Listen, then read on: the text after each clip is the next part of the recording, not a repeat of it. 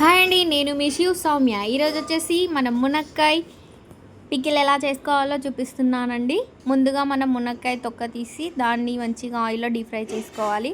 అలాగే చింతపండు పులుసు చేసుకోవడం కోసం ఈ విధంగా కరివేపాకు, ఎండుమిర్చి, శనగపప్పు వేసుకోవాలి. తర్వాత దీంట్లో మనం ముందుగా తీసి పెట్టుకున్న చింతపండు పులుసు వేయాలి. అలాగే కొద్దిగా పసుపు వేసుకోవాలి. దానికి సరిపడా ఉప్పు వేసుకోవాలి.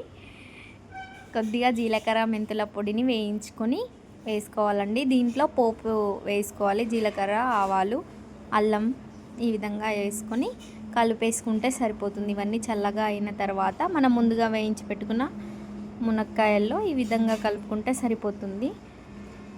దీంట్లో తగినంత కారం, ఉప్పు వేసుకోవాలండి. చాలా బాగుంటుంది. ఇది ఒక 1 మంత్ వరకు స్టోర్ ఉంటుంది, నిల్వ ఉంటుందండి.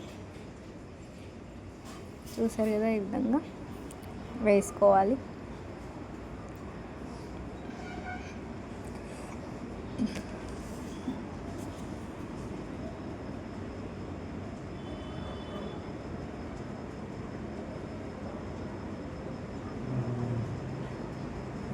అంతే అండి, అన్నీ వేసుకొని సరిగ్గా కలుపుకుంటే సరిపోతుంది.